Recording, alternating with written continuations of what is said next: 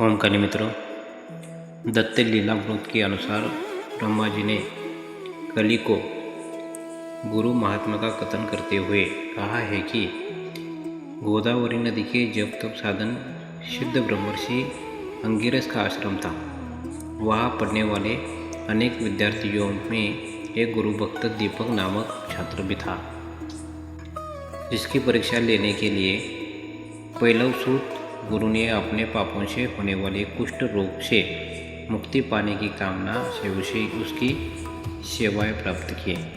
काशी यात्रा में शिष्य की सेवा पराकाष्ठा पर पहुंच गई। बिना किसी संकोच संताप के सेवा के फलस्वरूप उसका ज्ञान प्रदीप जल उठा।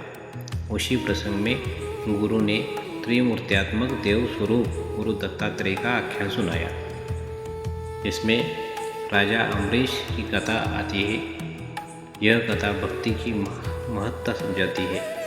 भक्ति के 9 प्रकारों में आत्मनिवेदन भक्ति को उत्कृष्ट बतलाकर अत्रि मुनि और सती अनुसुईया की निष्ठा देखकर ब्रह्मा, विष्णु और शिव का उनके यहाँ बाल रूप में अवतरित होना कहा गया है। महर्षि अत्रि ब्रह्मा जी के 7 मानस पुत्रों में से एक थे। ब्रह्मा जी के नेत्र से उत्पन्न वे द्वितीय महर्षि है। ऋग्वेद के 5वें मंडल के मंत्र दृष्टा, आयुर्वेद तथा स्मृति के रचयिता ब्रह्मनिष्ठ अत्रि ने पिता की आज्ञा से कर्दम ऋषि की पुत्री सती शिरोमणि अनुसुईया से विवाह किया और उन्हीं की आज्ञा से वृक्ष पर्वत पर निवास कर कठोर तपस्या की। फलस्वरूप तीनों देव उनके समक्ष पधारे और ऋषि के मन में संशय हुआ कि मैंने तो एक देव का स्मरण किया था, ये 3 देव कैसे आ गए।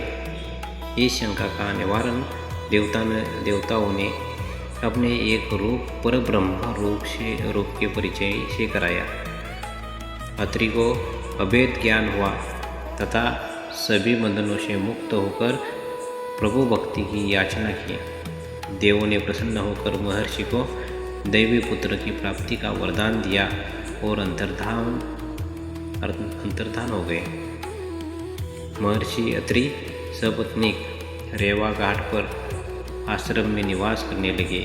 वह आश्रम गुजरात की सीमा में आए नर्मदा के उत्तरी तट पर व्यास क्षेत्र में था।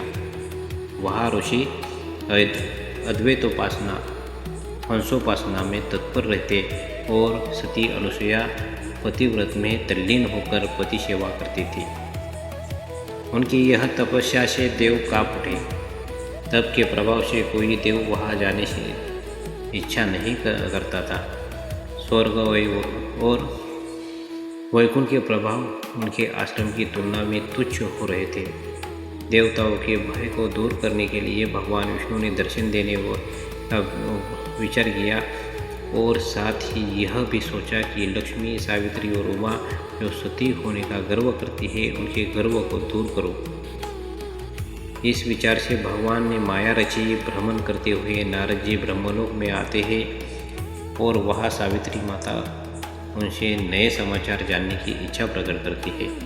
तभी नारद जी महासती अनुसुईया के पतिव्रत्य एवं तपस्या का वर्णन करते हैं, जिसमें वहाँ देवताओं का आज्ञा प्राप्ति के लिए उपस्थित रहना तथा वहाँ के आनंद को पर ब्रह्मानंद से भी बढ़कर होना बतलाते हैं।